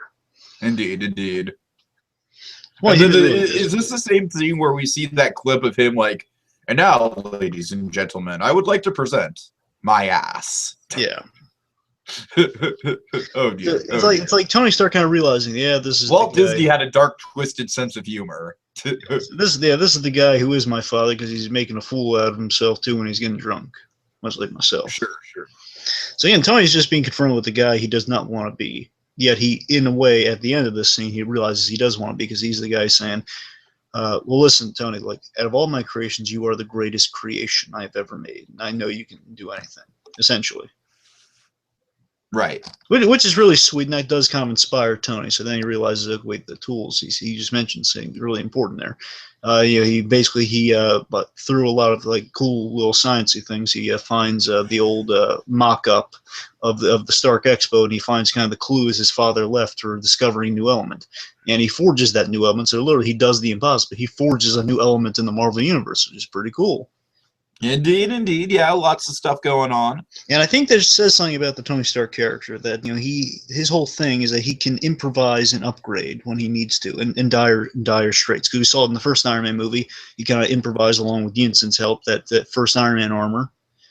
He's good at coming up with kind of solutions on the He's fly. improvising throughout that whole movie, really, in terms of like just building the suit, and then the test. The first flight test where he has to break off the ice. It's like throughout that whole movie, he is just kind of flying by the seat of his pants. Exactly. Like the whole blowing up the arc reactor to take out stains, all that stuff. He's really good. Iron Man 3 to a T has him improvising at moments where basically the idea is he's improvising in dire straits, where he doesn't have the tools he needs, but he's working with what he has, and it's working really well for him because he knows he's really clever. Exactly. So really just a powerful message with Tony Stark that, in no matter what the situation, he'll be able to kind of think of a way out of it, or like kind of upgrade his current status and situation. And basically, he foils. If there's anything else you want to say, really, he forges that new element. He is not dying. Hooray! Foils the bad guy, Rhodey's help, and the day is saved. Yeah, and just really quick, I do like the fact that the whole finale is within Stark Expo, which is essentially the 1964-65 World's Fair. I'm sorry, but it just is. And we even have like the Unisphere from the World's Fair, and it's even in Flushing Meadows, New York. It is the exact same spot as the World's Fair. So yeah, my Disney geekdom was going nuts. And I think this is actually kind of a little bit of an underrated sort of bit of Iron Man 2, but I do like the designs of all the different military drones that come out, like the Air Force and the Navy and the Marines and stuff like that. I thought that was a really cool reveal. Oh yeah. And just one last thing, I thought that the final confrontation between Iron Man and Rhodey, and then Whiplash, I thought it was weak. Really? You thought it was weak? I thought it was weak, yeah, because I thought it just ended way too soon, essentially. I don't know. I mean, it was. You're right. The fight does go by really quickly. The ex-wife gag is really. Well, I mean, the thing is, it's like you build him up so much, and then he's got like those whips, and he barely even uses the whips. You got a point. Definitely. It kind of reminds me of Pirates of the Caribbean 4, where we had the you build up Blackbeard's ship, which has the big flamethrower on it, and then you use it like once. Yeah, it's fine. It's just a shame they haven't really been able to hammer out that whole hammer out like that one detail within the Iron Man third act fights. It's like hammer out. Well, but you know what I mean, though. It's like there's always I see what you did there. There's always that one element. There is always that one element, though, in each of the Iron Man movies with their third act fights. Like it's the moment where they just they could have done a little better. Yeah, like in Iron Man 3, we kind of got a bit where like they kind of like two endings to a fight, where it's like just pick one. Oh God, yeah, that's right. We'll talk about that when we get to Iron Man 3. Exactly. Okay, so let's see. Anything else we need to cover for Tony's arc here? Well, just see by the end of the movie, so we see he realizes, okay, well, look, I put too much pressure on Pepper, which isn't good. He's grown up. We should have met. Again, we're kind of holding some of this off for when we talk about Pepper, but sure. So the point is, by the end of the movie, Tony Stark, he's grown up. He's talking to Nick Fury about the initiative, and they say, well, no, we don't think you're ready for it. Iron Man, yes, you, not so much. He's saying, well, you're a narcissist. agreed. For the funny little scene. And he's saying, well, we're thinking of using you as a consultant. Like, we need, like, technological, technological insight and stuff, like someone to go around kind of spreading some words and stuff. Sure. Use you as a consultant. And he agrees only if, of course, if Stern, the senator, awards him like a Medal of Honor for his service. And I've never understood this. Can you explain this ending to me? What do you mean? Okay. Well, it's essentially so. For some reason, Tony Stark, he and Rhodey are being awarded medals of for good service. So they did kind of stop like a military operation, kind of killing innocent people in a way. I guess. So it's like a Star Wars ending. It's like a New Hope type ending. Well, yeah, he's being awarded with something. Just basically, he asked, "Well, we need a presenter, and there's one person I want you to get." He basically says he wants the guy he was like saying, "Oh, Tony Stark, you're a menace." He wants that guy to award him. Oh, okay. Oh, I'm sorry. I got it. So the guy that's awarded is the guy that's been shit talking Tony the whole time. Okay, yeah, I got it. I'm dumb. Yeah. Okay. And of course, knowing what we know about him really quick, I also like the relation that Tony has with Coulson in this. I like that bit scene where it's like they're talking about Coulson has to go off to New Mexico, the land of enchantment. Oh yeah, big foreshadowing there. Oh, yeah. So I think we're done with Tony Stark. Yeah, we are done with Tony Stark. So let's see. Of course, the woman behind the man. Well, I guess the woman who without which we would not have Tony Stark being flushed out as a character, Pepper Potts. Mm-hmm. So we got Pepper, and we see just from the beginning in Iron Man 1, she's kind of like she's really fun dynamic she has with Tony. She's like the ultimate secretary / assistant.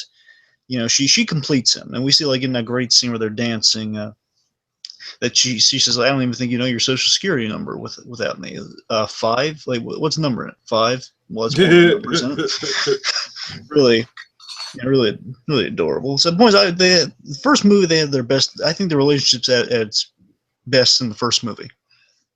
I would probably agree with that. I also really like some of the stuff in the third movie, like the giant dog and stuff like that. Yeah, there's some bits in 3, but I think it doesn't hold the candle. I think it's this then Avengers the strongest relationship is. For sure. And I will agree that Iron Man 2 is probably the weakest Pepper Potts that we got. Yeah, the problem is, she's stressed out over things, but the issue is the way it comes across is she just really she just comes across as really shrill. Yeah, dare I say almost Skylar White-ish. Yeah, she does definitely bridge on that. I didn't think of it, but yeah, you're right. However, back in Iron Man 1 real quick. So again, there's a great little scene. It shows you that you kind of want these two kids to get together, and it's like, he's my boss, but still, he and I, we've known each other for so long. It's like that unspoken, unrequited love between the two of them. I love this one particular line at the end, like after they she helps save the day. She has a really proactive role in Iron Man 1. She helps save the day. She really cares about him. She has that whole bit where she reaches in the arc reactor to show how the length she's willing to go to help him out, even though it's really disgusting and just like the things we never really see the heroes, the girlfriend helping heal the hero by just going in there like playing Operation with the heart. Don't touch the sides, like the game Operation. What, you've never played? Seriously, you've never played Operation? Okay, just don't touch sides. Yeah, that was great. That was fantastic. Oh yeah, really. Again, just the length she's willing to go for Tony, because she really does genuinely care about him, and it's really sweet, it's really endearing. There's that line at the end where she says, "Do you remember that night you and I were we're dancing?" He says, "Yeah, and you left me alone." But because the idea is he was getting her a drink, and he just never came back because he was doing other stuff. Mm-hmm. Yeah, and of course, like there's moments where she says, "Are those bullet holes?" Let's just face it, this is not the worst thing you caught me doing. They marketed that line a lot. Yeah, that was the point. There are really interesting pairs throughout the whole thing. Yeah. Yeah. Anyway, so Iron Man 2 again. So she's running the company. She's trying to rein Tony in for the most part. She's trying to kind of. He's getting crazy. He's getting reckless. It's like John Favreau had a really good analogy. He said like Tony Stark going to Monaco is like if the president just went out on Monaco. It's like, what if the president just walking out in the field unattended or anything? Hello. Oh, all right, keep going. I'm sorry. That's I'm sorry. so the point is, Trying to protect the audience from other loud people in my house. right. So the point is, we see her getting stressed out because she's running this company. Of course, Tony's gonna give them a bad name. Of course, that whole I love the notion. I love kind of the illogical logic of these things. Allegedly, the idea in like Captain America that we have these, the propaganda stuff in the universe. I love the idea you have to copyright the Iron Man armors. Yeah, I mean, God, if you invented an Iron Man armor, come on, wouldn't you want a copyright on it? And the simplest thing, I just love that in the Iron Man movies, just the simplest thing of just when Tony Stark says mute, things mute. And we now have that technology in a way. Right. Well, I mean, right. I say that in terms of we have voice activated. It's like you can actually search things on Google with your voice sometimes. Which is weird, and I'll never do that personally because it just feels abnormal to me. But whatever, I'm stuck in the past. I think it'd be kind of cool if you could say mute and then mute the TV. I think that'd be awesome, to be honest. That'd be cool, yeah. Like channel up, channel down. Yeah, I still think that'd be kind of cool. Like just say the channel volume 75%, volume 50%. So like TBS. NBC, I don't know, just say the name of the channel, and they'll go there. It'd be awesome. Point is, it's the little things in Iron Man really, really some of the coolest sometimes. There's actually there's like a whole deleted thing where on her desk in the movie she's playing with this thing called a nano ball, and it's like it used to have a lot of Iron Man 2 had like a lot of different endings initially. Like Pepper Potts is going to use that thing to help Tony Stark defeat Whiplash. Okay. The nano ball, and the nano ball is what he was going to use to actually kind of figure out different arc reactor, different element potentials for the arc reactor. So it had a lot of different endings. I guess I'm not surprised that the ending they went with was so awkward then if they had a lot of them at their disposal. Yeah. They really needed that. It's funny, just each Iron Man movie they've kind of they took a step forward in terms of getting a good ending, and like they got the closest they could get with Iron Man 3. Yeah, Iron Man 3, yeah, we'll see. But anyway, so let's kind of plow forward with this. Right, so basically she takes charge at the end when she's facing off against Hammer, and there's a good scene. She's again trying to rein Tony at the birthday party. So she's a force in there, but again, she just really kind of comes across as shrill. The dialogue's not as strong as it was in the first movie. I mean, I wouldn't go as far as to say she's a Skylar. She's more likable than that. Let's say she's a Marie, like one level down from Skylar. It's like I'm not seeing any of that thing where I'm like until like that moment where he saves her and says, "I cannot handle this. Like this is ridiculous." They kiss and that bit's cute, but the rest of it is like she could be a little nicer to him. It's like literally Tony's just blatantly dropping big hints that he's dying. No, yeah, you're right. Yeah, I hear what you're saying. Comedically, I do like that one moment where she's like the last to find out that he's dying, and it's in a pivotal point in the movie, and she's just like, wait, hold on, you're dying? No, I was dying, I'm fine. But you were dying, and you didn't tell me. I was going to make you an omelet. That was good banter. I was going to make you an omelet. I'm trying to fight off a hemorrhoid attack. Oh dear. Whoa. Yeah, it is funny, but still just kind of bugs me the logic of it. Well, yeah, can you pick the pieces up? Why is he acting reckless? Maybe there's something wrong with him. Did you ever think that? Did you ask Rhodey? Rhodey knows. Did you ask him? That's true. She should have asked Rhodey. Should ask Rhodey for sure. Hey, what's wrong with Tony? I don't know. There's this one day he had this palladium near his chest. It was smoking. I think there's something wrong with him. Right. None of that. Speaking of Rhodey, actually, no, we're going to talk about Jarvis before we get to Rhodey.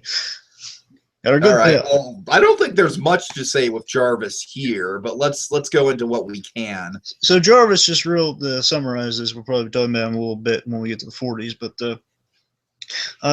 Jarvis, in like the tie-in materials for this, they revealed that Jarvis was actually a live person, which we do see has been introduced in the Marvel continuity with Agent Carter. And of course, in the comic, he was always a butler, right? Yeah, and the idea is I'm ballparking that Tony grew up at like age up to age maybe 16 or 17 with a live Jarvis. So the point is, Jarvis was in his life then for a while. I guess he had a good connection with him in that time because then obviously at some point he died, and then Jarvis is molded into technology. It's going to become a hero soon. Right, sure. And I love, here's the touch, the big thing I want to bring up with Jarvis. You'll notice in Iron Man 1 and Iron Man 2, there is a progression with Jarvis. Iron Man 1, he's just kind of your basic witty computer, like saying, yes, is there anything else I can do for you? Like, stuff like that.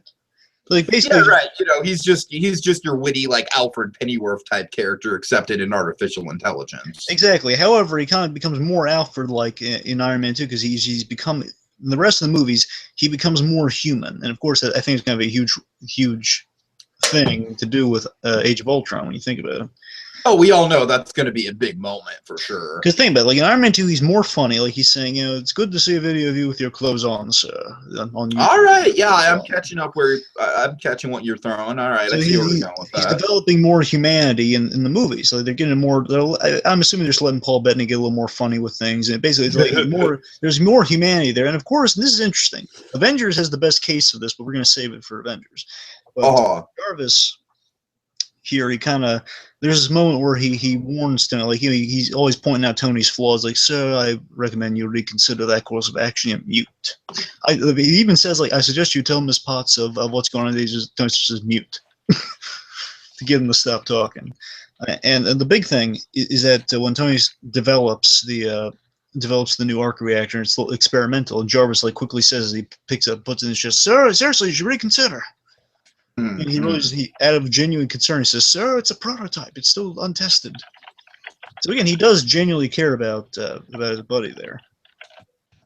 Right, for sure. Right. Okay, so next.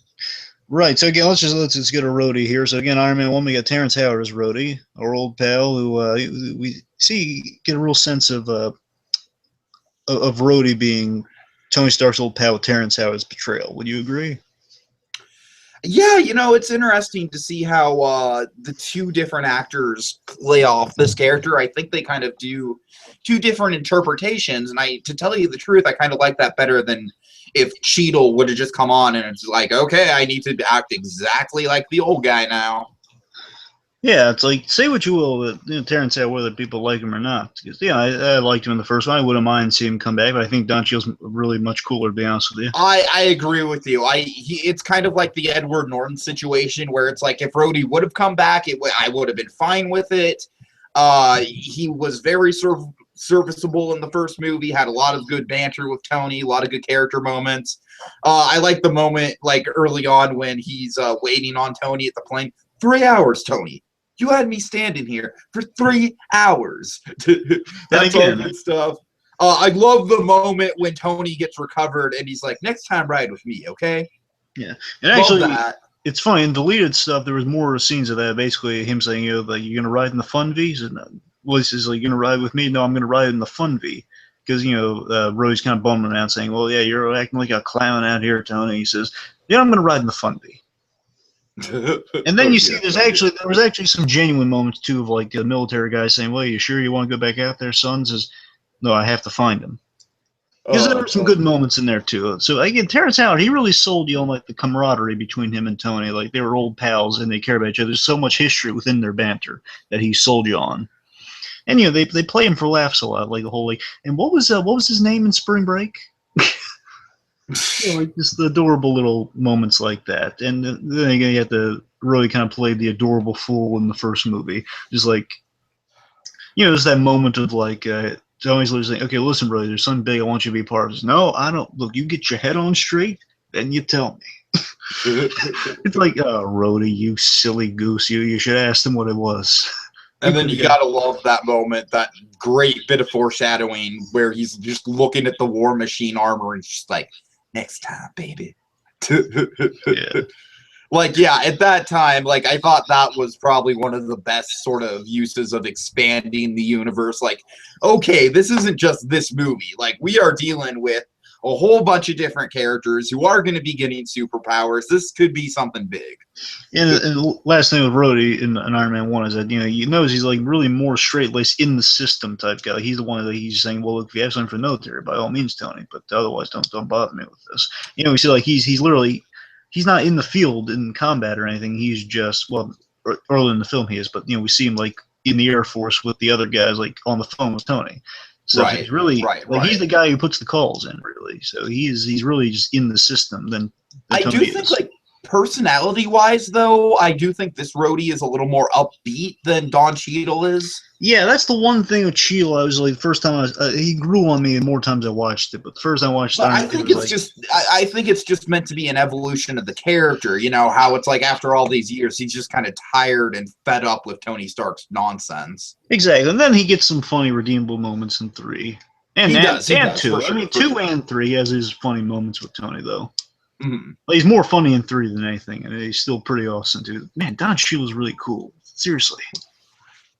Yeah, and of course we love the the ex-wife moment. Oh yes, and of course, so getting Don Mantis, we get Don Cheadle in the role now. And by the way, there's a really funny inside joke when he walks in there. Yes, I know what you're talking about. I've listened to the commentary. It's me. Just deal with it. Yes, I'm here. It's me. Just deal with it and move on. Yeah, great. Okay, and then we have, you know, his whole thing in this story is basically he's the guy that's kind of like really on the government's side when it comes to, you know, when it comes to Tony being kind of held down for his weapons and everything. And I feel like that's really Rhodey's role here. I'm sorry, let me try and get BlueDragonFive up. Dragon, I can't do it without you, buddy. Okay, there he is. Hello. Sorry about that. No, that's all good. It's all good. Okay, so Iron Man 2 Rhodey. Yeah. So yeah, let's say, he is a little more straight-laced because Tony's kind of getting in trouble here. He's got to kind of bail him out here. He's really a more. I almost feel like in this movie he's kind of Tony's babysitter. Yeah, you know, I like to refer to Rhodey. He's like his Jiminy Cricket, like his conscience for Tony Stark. You know, he's basically the military guy, a little more straight-laced. He's less like in the system, but it's more like he's just the guy walking around who has military experience. And you know, he's the responsible guy who's like just walking around with Tony Stark, making sure he doesn't. You're right, he is a babysitter. He's also his conscience saying, "Well, listen, Tony, you gotta, Tony, you're putting people in danger. You know, what about Pepper? What about all these guys?" Sure, yeah. Yeah, and of course, you know, there's wrote down the car bit. What was? Oh yeah, there's this really great bit in Iron Man 2 with Rhodey and Tony. I really loved. When Rhodey's talking to Tony, and after he mentions to you, Tony, they're going to try to take your suits, man. You gotta clean up your act here. You know, you gotta help me convince these guys. That's really Rhodey's role, is that he doesn't really want to be in that position, but it's just he's kind of like forced to be by circumstance. But here's the moment what he's juggling with. But here's the moment I loved. It's okay. Right after that. It's when Tony's in the car. He's going over the bank files. Well, first of all, I just love the idea. He goes over his files and stuff while he's in the car, so like having it projected in front of him. It's a really cool idea. But I love the fact, you know, then he just kind of comes across Tony. He sees Tony. He's really not looking this. You okay, Tony? Just, yeah, fine. And we see, of course, this is like Robert Downey Jr. is so good in this scene too. He's getting out of the car and he's really weak. And there's the point is like he's just putting on that false facade, but still, its wear is on his body right now. He's just kind of starting to pass out because of that palladium poisoning. Sure. And then Rhodey just comes to his aid right there. That's a great moment between those two guys. Just Rhodey coming to his aid. No matter what's going on, he's always going to be by Tony's side, helping him out. And I do.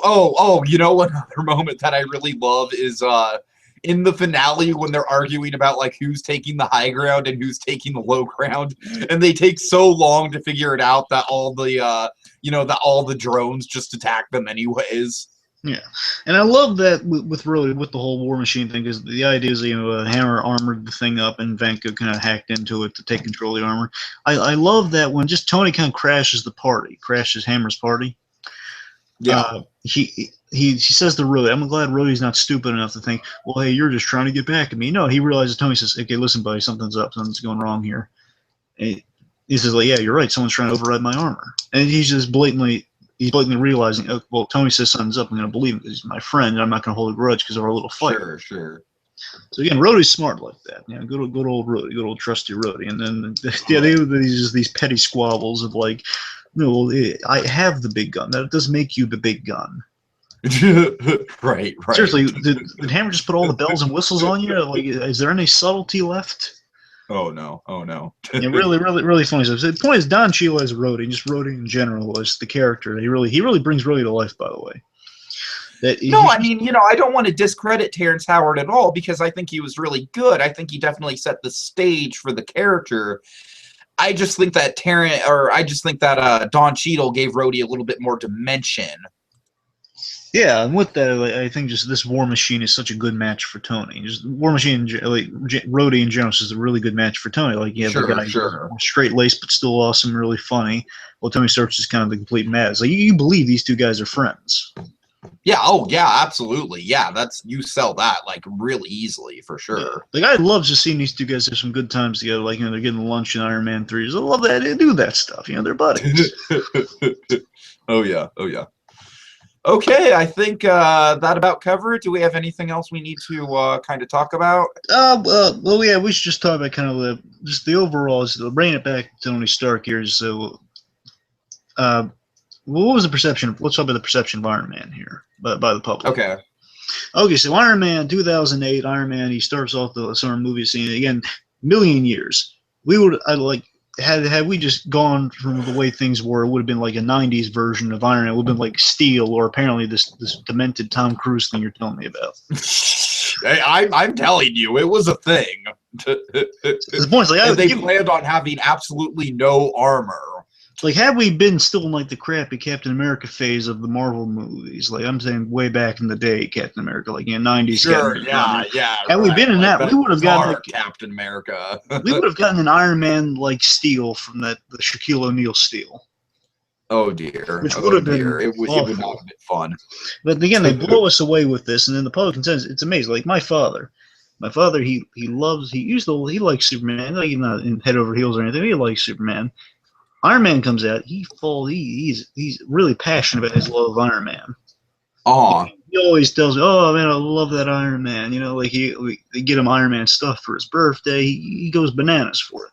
Well, it's funny because I feel like Iron Man back in the day was kind of like a way bigger character within the Avengers, and he kind of fell off of it when Spider-Man started getting so popular in the 90s with the comics, and then in the 2000s with the movies. Yeah.